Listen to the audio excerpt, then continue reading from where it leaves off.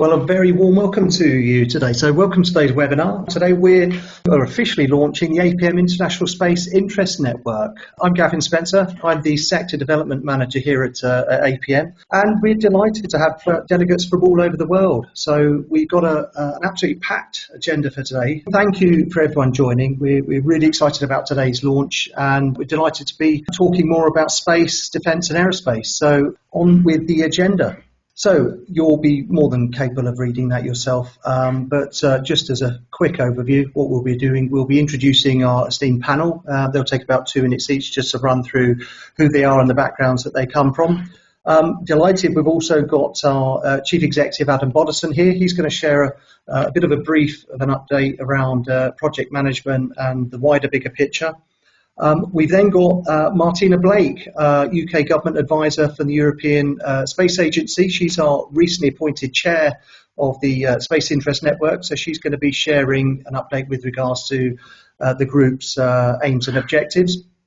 We've then got an overview of the UK space sector and its economic impact on the UK economy. So we've got Mark Heelis, Programme Manager from the Satellite Applications Catapult. So Mark has been crowned our Deputy Chair of the International Space Network. And then I always can't believe I'm saying this, dialing in from the United States of America, we have Dr. Mary Coan Skow, Agency Risk Management Officer, and David Mitchell, Chief Programme Management Officer from no other than NASA. Still can't believe it, but incredible. Thank you for everyone being here. As I say, we'll then have about 15-20 minutes for questions, and then we'll wrap up with a summary with regards to next steps and how people can get involved. But if I can now hand over to our esteemed panel, Martina, Mark, David and Mary, a very warm welcome and thank you. If I could maybe just hand over to you guys and take 2 minutes just to introduce yourselves. Thanks, Gavin.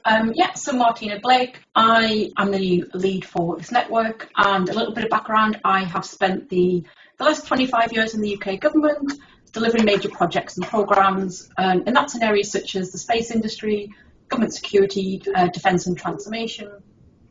Those have been both in the UK and internationally as well. I've worked in various government departments such as the UK Space Agency, the Cabinet Office, Government Security Group and the Foreign Office in Brussels.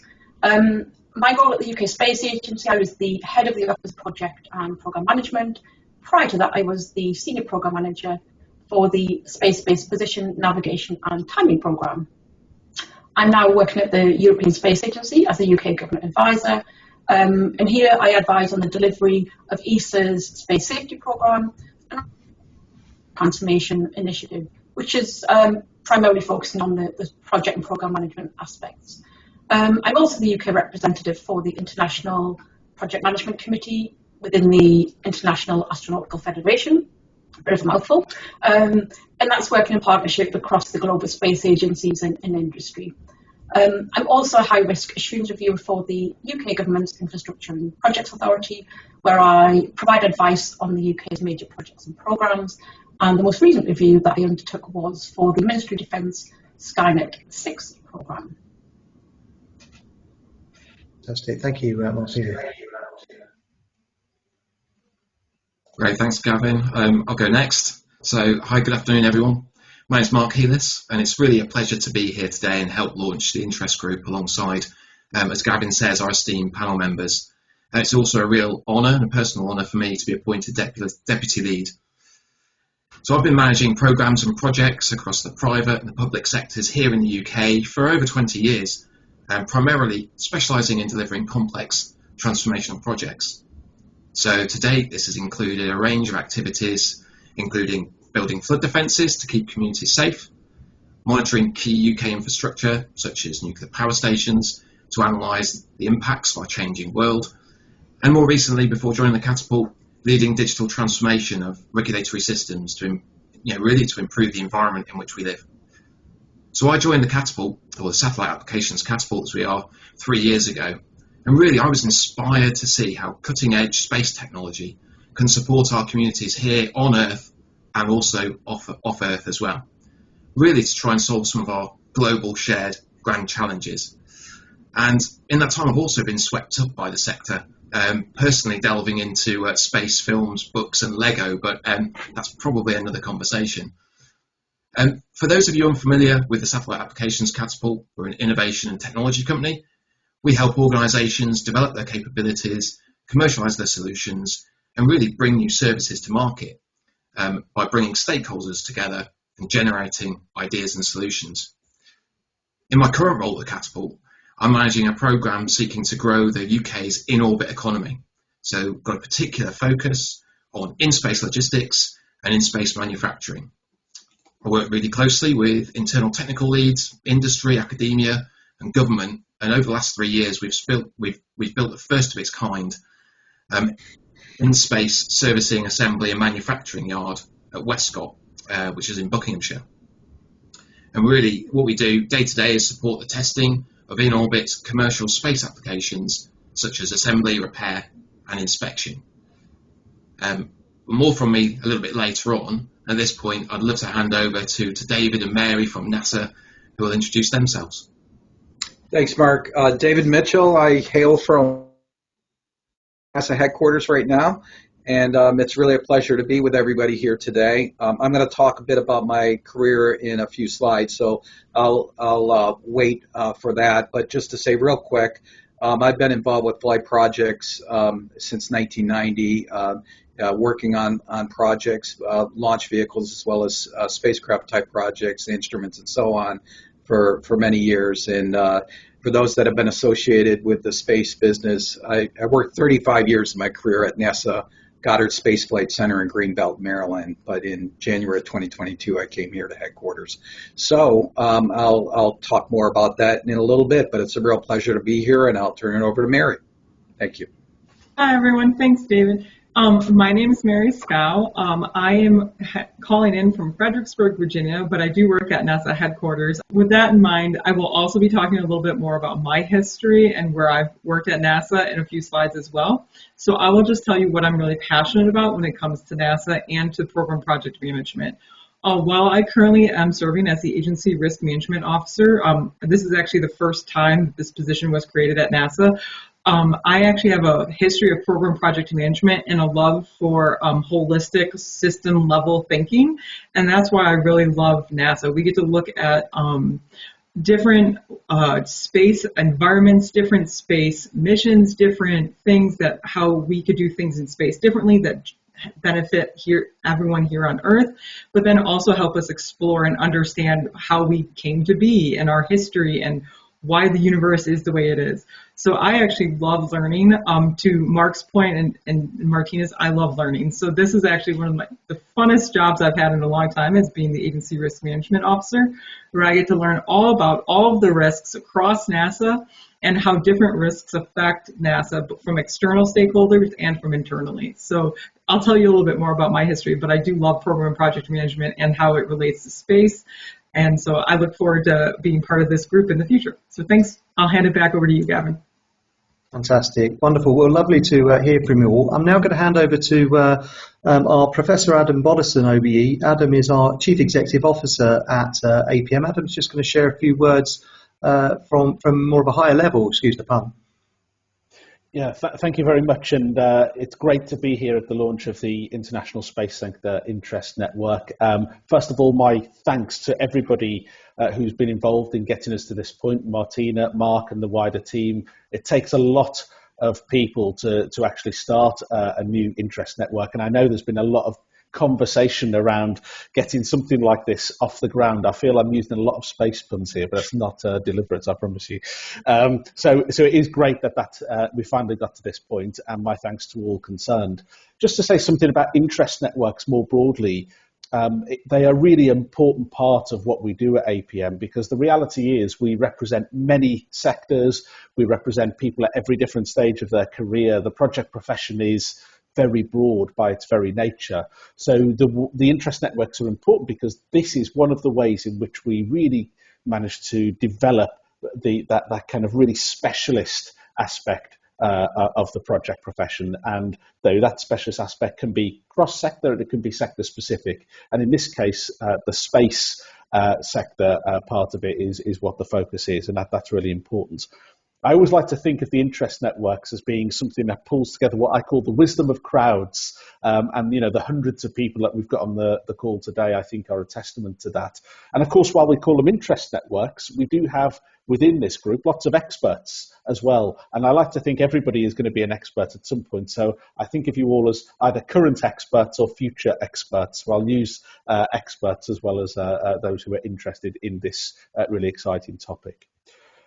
On space projects more broadly, one of the questions I was asked at a recent university when I was talking about space projects was, Adam, what are the real benefits of space projects? Why should we care about space when there's so many projects that we could be doing here on Earth? And I said, well, rather than me answer that, why don't I just put that out to the floor?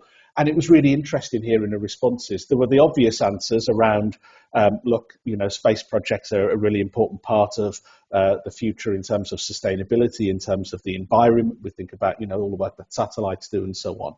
But there are also arguments about how space projects help advance kind of the scientific endeavour in lots of weird and wonderful ways that probably aren't really well known by the general public. But probably the answer that really sparked the most interest in the room was the person who stood up and said, actually, we live in a world where there's a lot of disharmony at the moment, a lot of challenges, particularly between different countries, and space is one of those sectors that really brings countries together, brings the world together. And actually, a lot of the back channel conversations that happen that maintain peace and diplomacy and actually give us a way forward often come from things like the scientific community, but very specifically the space sector as well. So there are many benefits, I think, to really making sure that we champion space projects and all of those that work within them. So I'm really pleased that we've got this interest network going.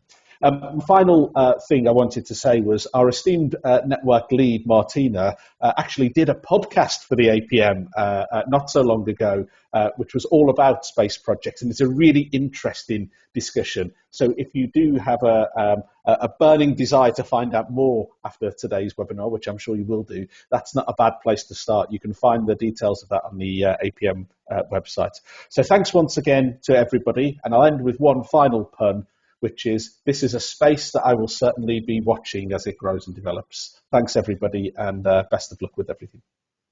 Fantastic. Wonderful. Thank you, Adam. Really appreciate it. That's great. Okay, we're moving rapidly on. So there was just 2 slides I wanted to share. I'm conscious we've got a really high portion of people who've joined the session today. Some people know who APM is, and I know there's people dialing in from all over the world. So more for the benefit, or if it's anything, a refresher for some of the people who do know who we are. I'm just going to literally share 2 slides just to give people an overview of who APM is. So Association Project Management, ultimately we're the leading professional body dedicated to project management in the UK. We were established over 50 years ago with the vision of advancing the profession, and we offer a range of comprehensive resources, certificates and professional development opportunities for really project professionals at every stage of their career. I'm sure many people would have heard of the likes of a chartered accountant, a chartered surveyor or a chartered engineer. Each of those individuals would go to their representative bodies to achieve chartered status. APM is really the chartered body for the project professional. So what that means is we can help project professionals become that gold standard recognised project professional to deliver projects ultimately at the highest possible standard.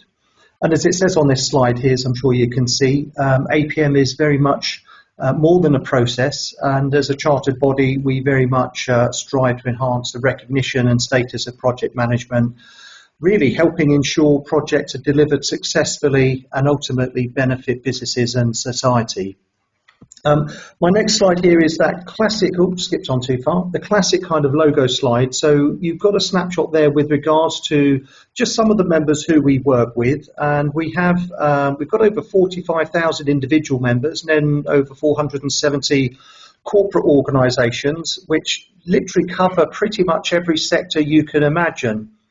And those organisations are joining APM and participating with us for a variety of reasons, really. They're looking to upskill their project community, they're accessing resources, ultimately they're mitigating risks, increasing revenues, reducing costs, and I guess they're bringing products or projects to market much quicker We even see a lot of companies align with APM to deliver or win more bids and tenders. So it's a wonderful organisation to work with, and obviously one sector, funny enough, that we're focusing on, and I focus on in particularly, is the space, defence and aerospace sector, and hence why we're here today. We're delighted to be launching this interest network, and that kind of segues nicely into our next slide, which will be that first engagement piece where we'll be looking for that kind of reaction from you guys, just to share some information about you and kind of where you're coming from. So our first is we're looking for those responses, should best describe a current connection interest with the space sector. Hopefully you've all got access to the Menti poll. We've got some responses coming in here already. Obviously, Space Agency for those working in government agencies, like ESA, UK Space Agency, or NASA. Industry for those professionals working in maybe private companies or corporations. Academia, pretty much self-explanatory. Research organisations, again, pretty much self-explanatory. Non-profit NGOs, those involved with non-government organisations or not-for-profits, again, linked to the space sector, maybe in exploration policy or advocacy. The military or defence, high portion of our members and connections, for individuals working in space-related roles within the military or defence sectors. Students, obviously, very self-explanatory. Media journalism, and then anything other. So let's have a look here. It looks like there's a strong standout there from industry, and then consultants, and then a balanced approach across government and students. Keen to see what those other sectors are, but industry seems to be the main standout there, which I don't think is too surprising from this early stage. There's still a few more responses coming on. Okay, but that's good to just get a feel for the technology and for a flavour of people's initial view. But we're going to move on. I'm going to hand over now to Martina Blake, our chairperson. Baton on, and over to you. Thank you. Thank you very much. Yeah, so as Gavin said, so Martina Blake, I'm the new chair of this network, and there was always a bit of why are we actually setting this network up, and so a little bit of background really is for me, and of course the others on the call who joined me from Catapult and the space agencies, it's very much about we recognise that the international space sector itself has really grown rapidly over the last few years, and that's particularly down to the likes of the increase in private investment, the increase in funding from international governments, and of course the new technologies which provide increasing opportunities for more complex space projects and programs. The sector itself as well also employs a much wider range of skills than it used to, and it delivers a lot more capabilities that we now use in our everyday lives, and you'll hear more from on that from Mark later, so I won't touch too much upon that.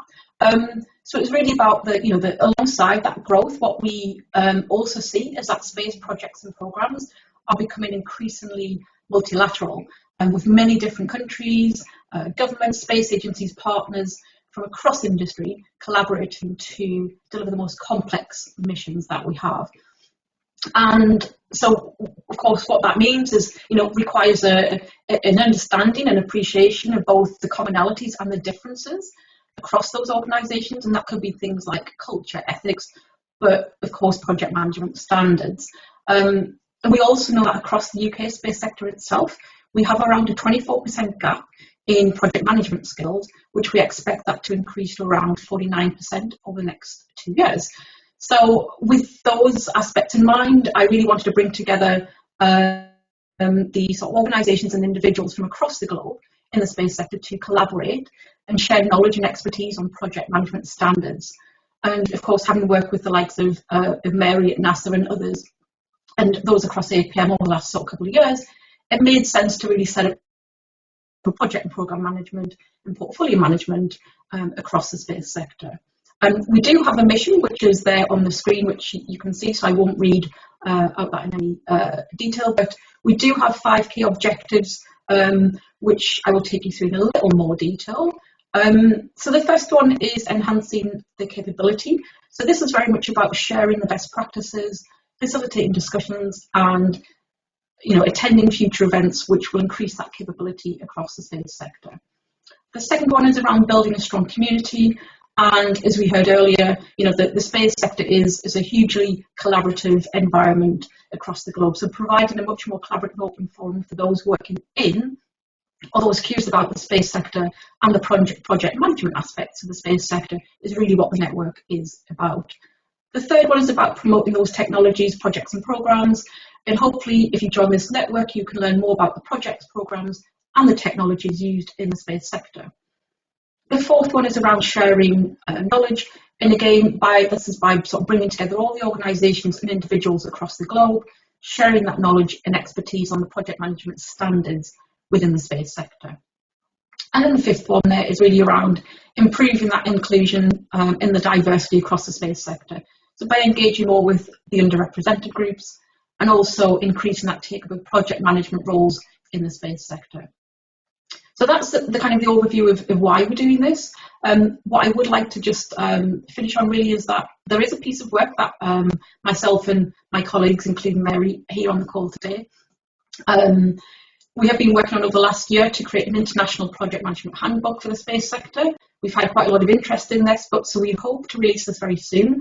So do keep an eye out for updates via the network for that.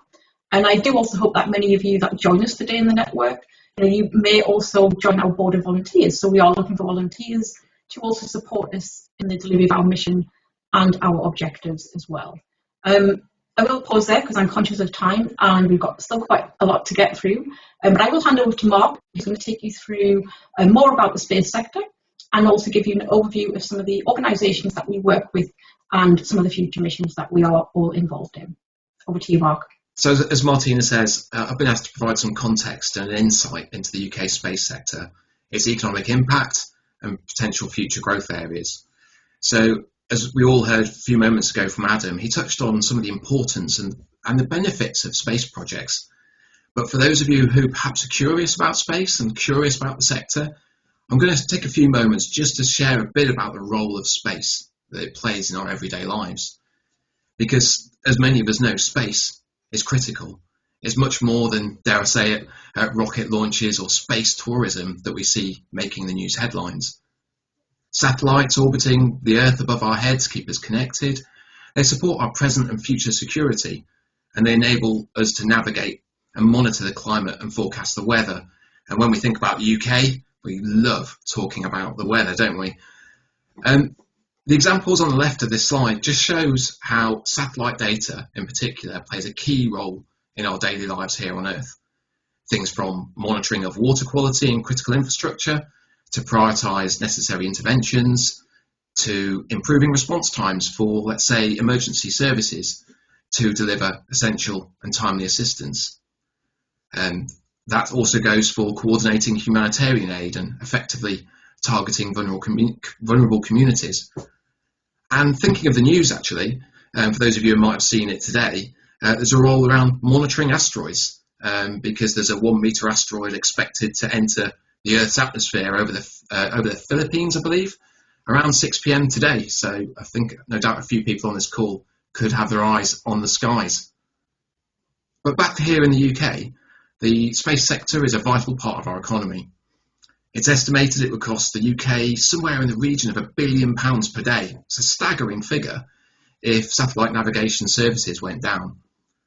The sector as a whole is worth £18 billion per year to the UK and employs 50,000 people in diverse roles, from scientists, engineers, entrepreneurs, innovators, and of course, ourselves here in the project and programme management community. Demonstrating the UK commitment to the sector, as well as the opportunity it presents, the first ever National Space Strategy was published back in 2021. It was updated in 2023, and in it there was 5 goals and activities that key stakeholders across government, academia and industry would need to take to achieve them. Then let's take a look at some of those organisations currently working in the sector. So there's around 1,700 organisations, primarily here in the UK space sector. Now, I know from some of the sign-ups and registrations today, we've got interested parties from across the globe. So it's great to see that appetite for not just the UK space sector, but the international sector in general. Now, here in the UK, the sector is dominated by a few large organisations. I think there's around 20 organisations account for 75% of space-related income. But that said, 175 new organisations were identified here in the UK in the recently published Size and Health report, which is really great to see.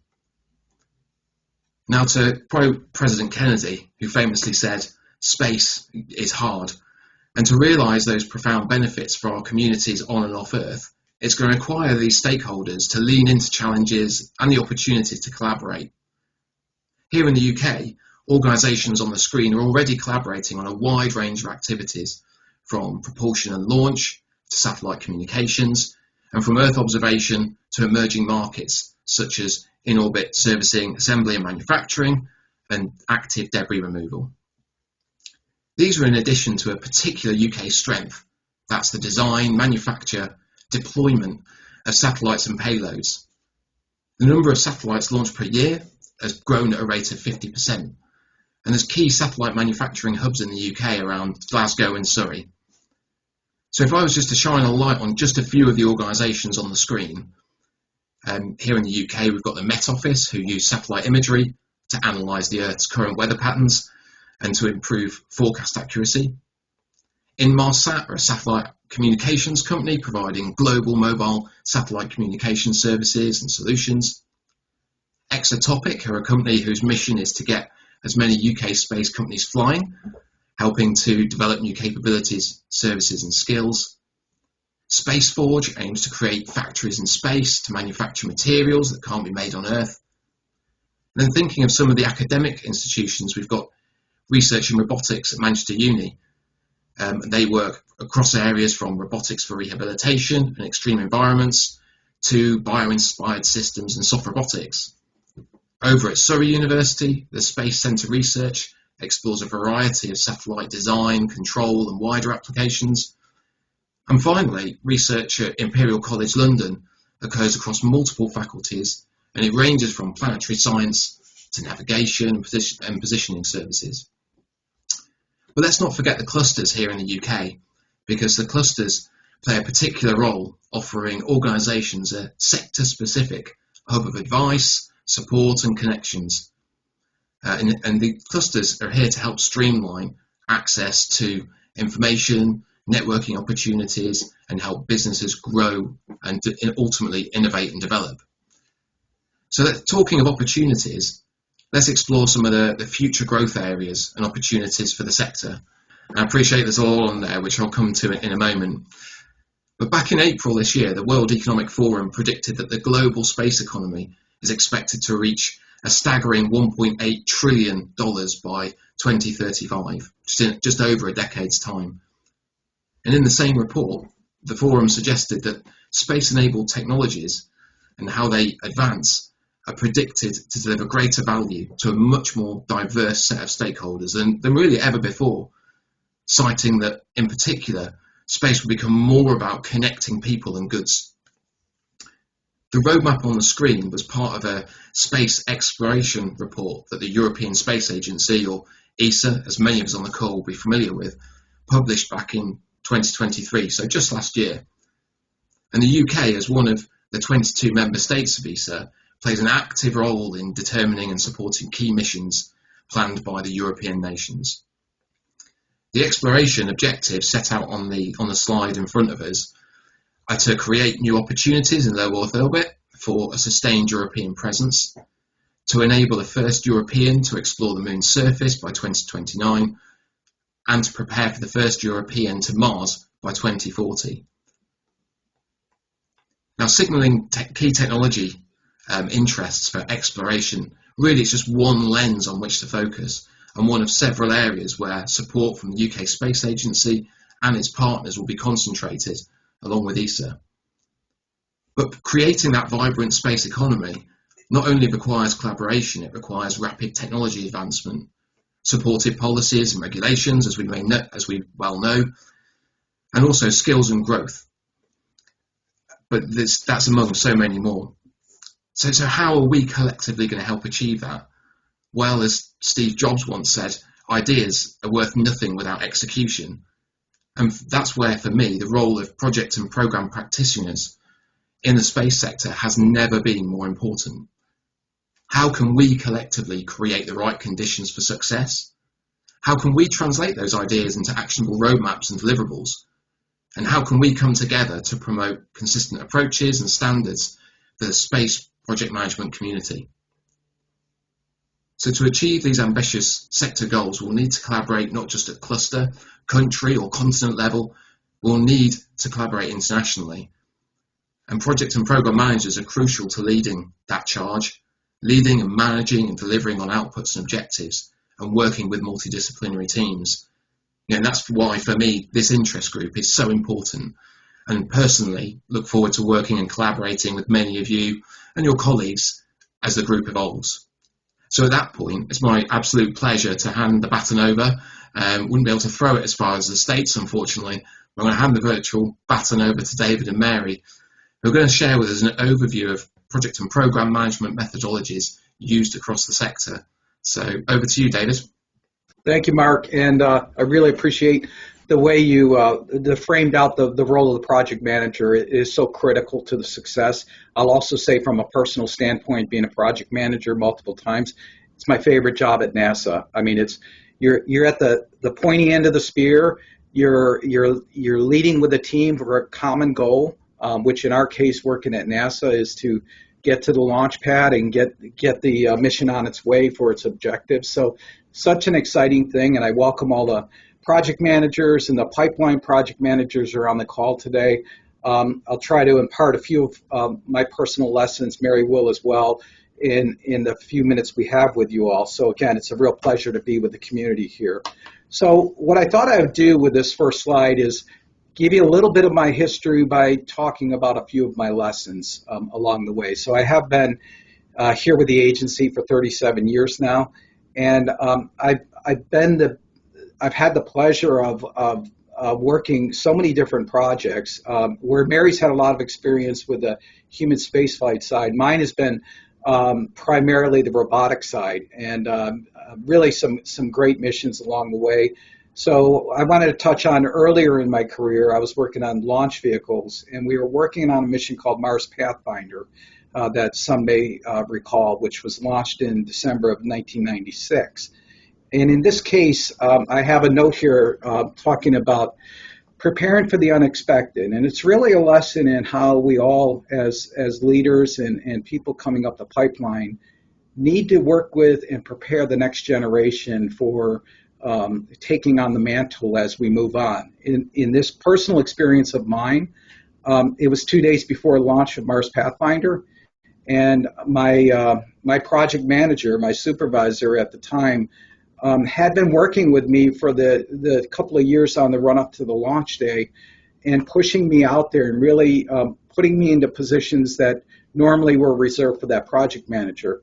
To make a long story short, 2 days before launch, he had a medical event and could no longer support, and he gave me a call and he said, "Dave, you're in charge." And I had to take it from that point forward. Fortunately, everything worked out on launch day, but the real point is, had he not prepared me the way he did and pushing me into sometimes uncomfortable zones on the preparations for launch, it would have been a much harder lift. So I encourage this community, always be working with the next generation on developing them and sometimes pushing them out of their comfort zones along the way.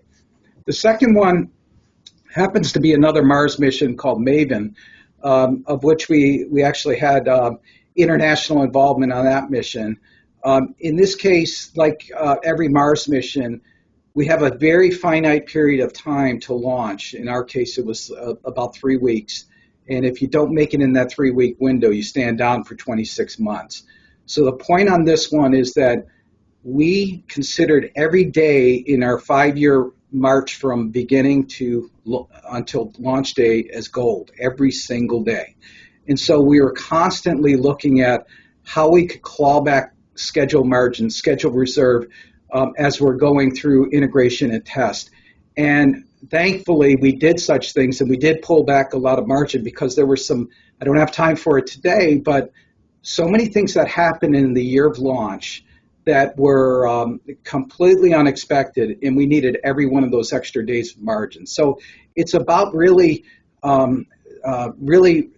understanding and working on ways you can improve your schedule posture to allow yourself, when the surprises come up, have the flexibility to keep moving forward and still make the launch day. Fortunately, we were able to get to the launch pad and actually launch on our very first opportunity in that window.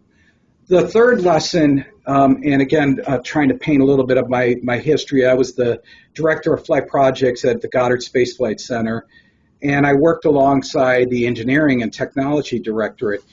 In that regard, we didn't always work as well as we should have, and some things we implemented along the way that really made a difference. One is we set up something called non-crisis meetings, and we'd meet every couple of weeks, and we just get together with leadership in these different directorates to try to work through or just talk about things and when things were not a crisis. So when crises actually popped up, we were in a much better relational way of working together. So it's just an approach. The other thing we did in that regard is we started being very strategic and thinking ahead about moving people across the organizations, walk a mile in that person's shoes by going over there and working there. In fact, I volunteered and I left Flight Projects as the director and moved over and became the engineering and technology director. So that really makes a difference when we're willing to get out of our comfort zones and try some different things. Speaking of which is the very last one, I had worked at Goddard for almost 35 years, and I got a call a couple of years ago, and the associate administrator asked me to come up to headquarters and help out with this new position that I'm currently in, which is Chief Program Management Officer, standing up the organization and working across all the different elements of NASA, aeronautics, space technology, human spaceflight, science, etc. So it was certainly a new challenge for me, and for this community, I encourage you, to try different things. I've learned so much and grown so much in the last couple of years. So that's a quick overview on some lessons I learned along the way, as well as how I got to where I'm at today. So this is just an overview of what is the Chief Program Management Officer position and team, and it describes our mission, our vision. I won't read them to you. It does talk about some of the elements of what we're up to with independent assessments, policy, learning and development. I'll also encourage the community here. I did a podcast about 6 months ago, and you can click on the link below, and you'll be able to hear, quote unquote, my story in about 35 minutes about my history and so on. This kind of touches on themes that we're really working on since I arrived in this office in January of 2022. And I find it very interesting. Martina and I did not coordinate our charts, but so many of the objectives that she talked about with the Space Sector Interest Network dovetailed almost exactly to what we're up to in what you see here. Some of those points, building in the diversity, equity, inclusion, and accessibility, and I'm really talking about the PM community itself. Developing the program and project management community of practice. We've done so much in that regard. We've instituted something called the PM Symposium annually with the PMs from across the agency, sharing lessons learned and so on. Advancing the project management performance. There's something called the 70-20-10 learning model that I've been working closely with the Chief Knowledge Officer of the agency, Tiffany Smith, some of you may know. But that 70 is the hands-on work, working in a project. The 20 is really learning from mentoring and so on, relationships along those lines. And only the 10% is the classroom type training.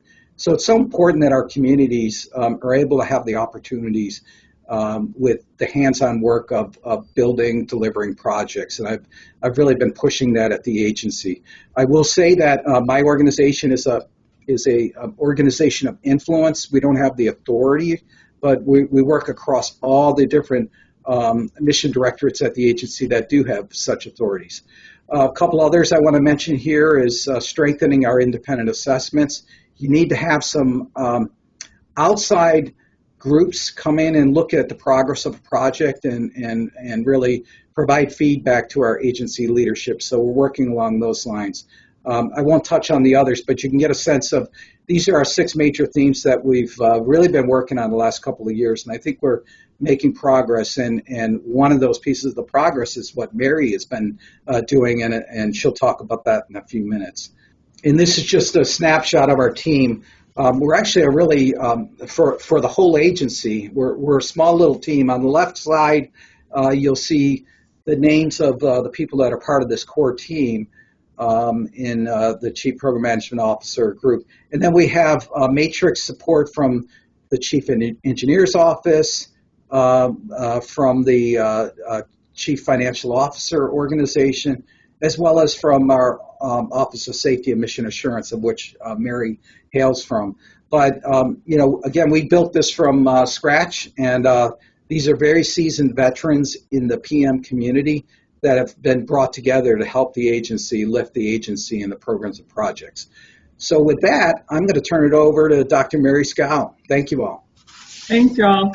I know we're running out of time, so what I will say is I will not go into a whole bunch of detail about how we do program project management or how we do risk management within NASA in this talk, but I'm sure Martina will have me come back and talk, and Dave come back and talk in more detail about how NASA does this in the future. So at a high level, I just want to point out a few things on here. I started off as a engineer at Kennedy Space Center doing in situ resource utilization, and I want to point that out because on Mark's chart with the roadmap, you'd see ISRU all over it.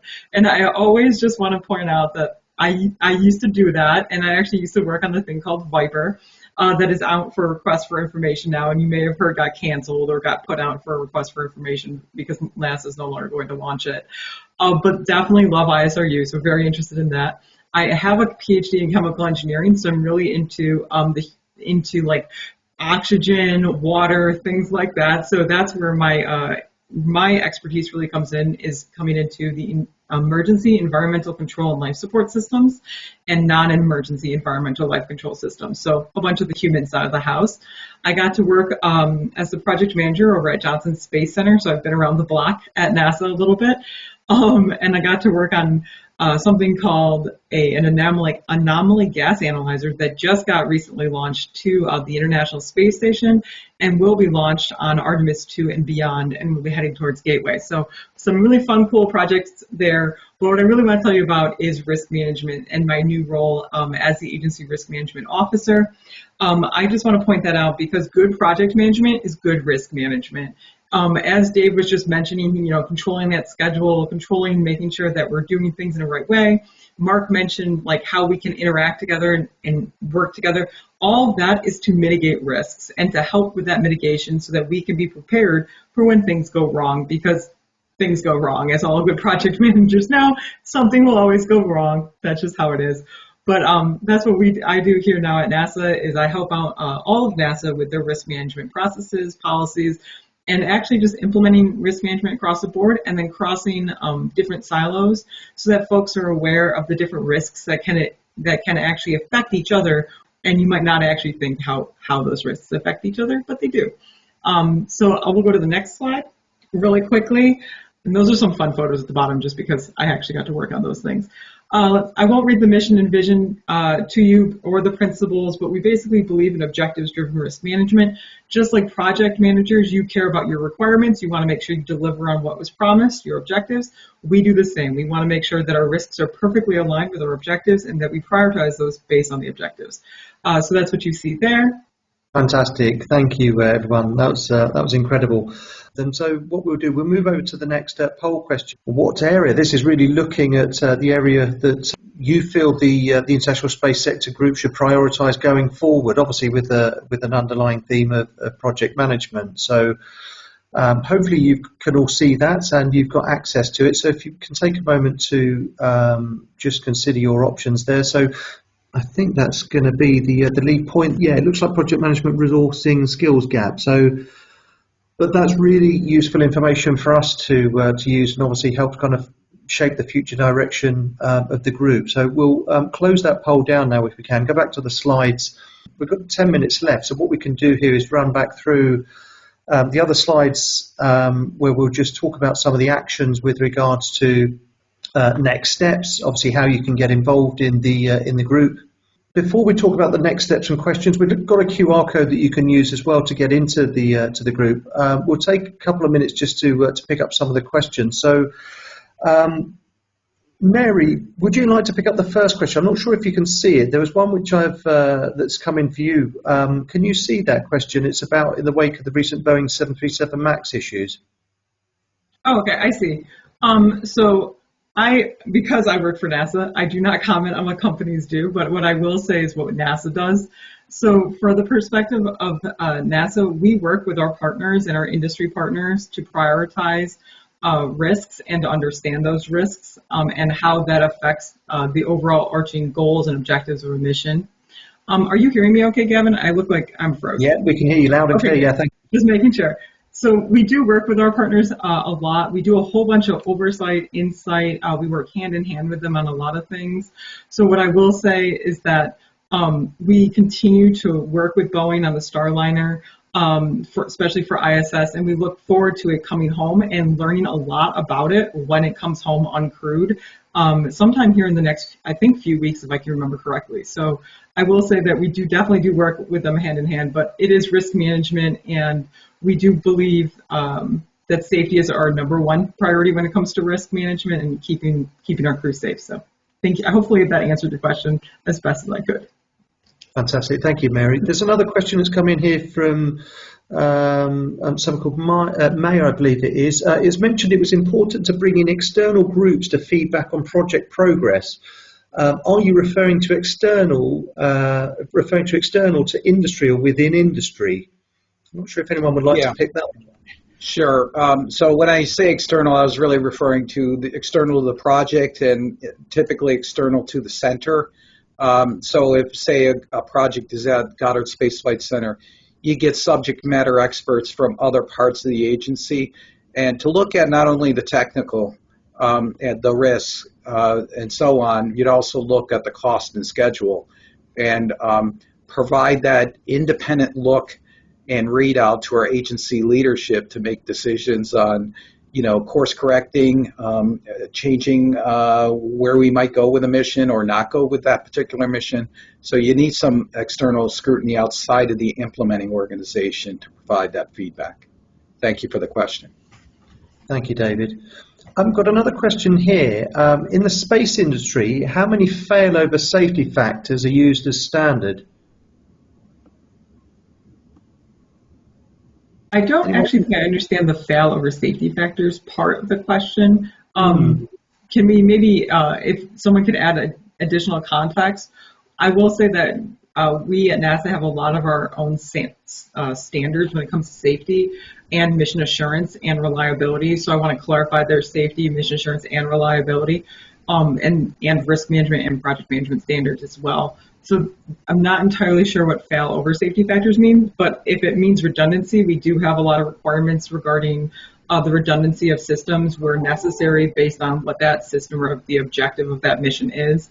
Like a human-rated system will have a different objective when it comes to redundancies and requirements than a technology demonstration, for example. So if that's what they mean, I hope that helps. Fantastic, it certainly does. I love this next question.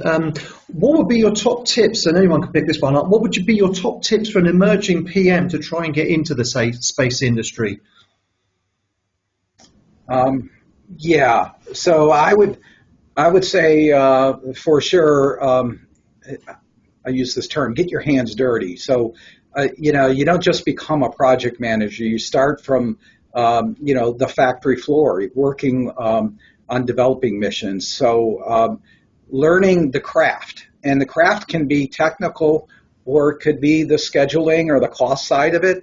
But you need to learn that and understand the language and how to troubleshoot and so on, so that when you ultimately rise to be a project manager, you can draw on your history from the past. And I'll turn it to Mary, see if she wants to add. I'll just say that I actually have, so I'll just say it this way. To Dave's point about drawing on your history, I actually use my educational background in systems thinking and holistic thinking as a chemical engineer, and I apply it to my everyday life. That includes project management and at home.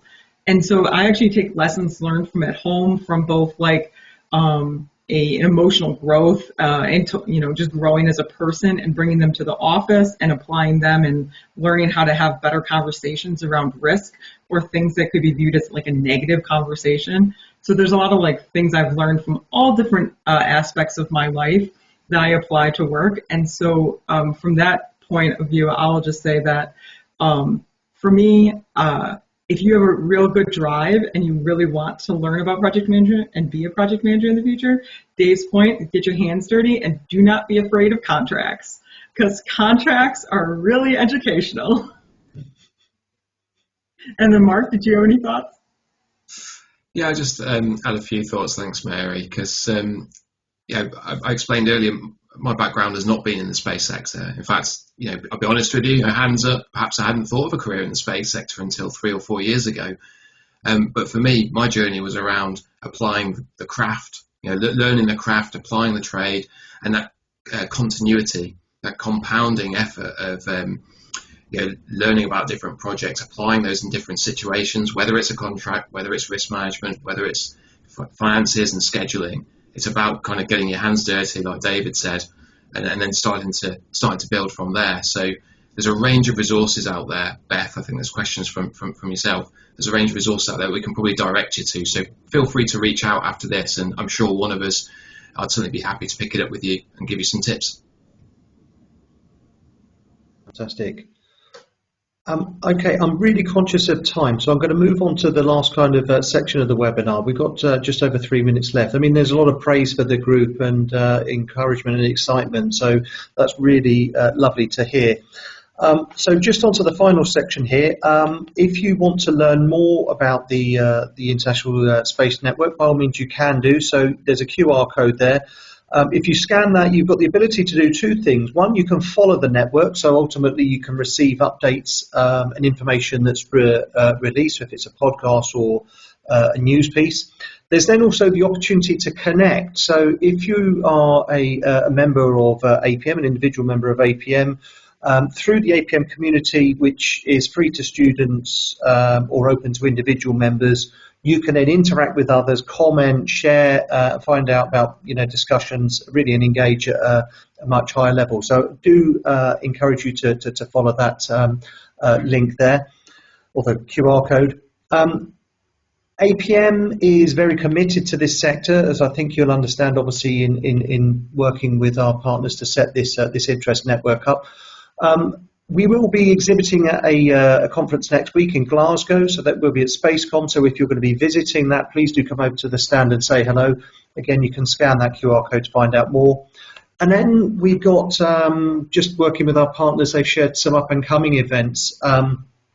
And Martina was keen to show me something called spaceindustrydatabase.com. That's a wonderful resource to go to find out about all kinds of different events on the horizon. But you've got a snapshot of some up-and-coming events if you want to learn more or network and generally get involved in the space community if you're not already.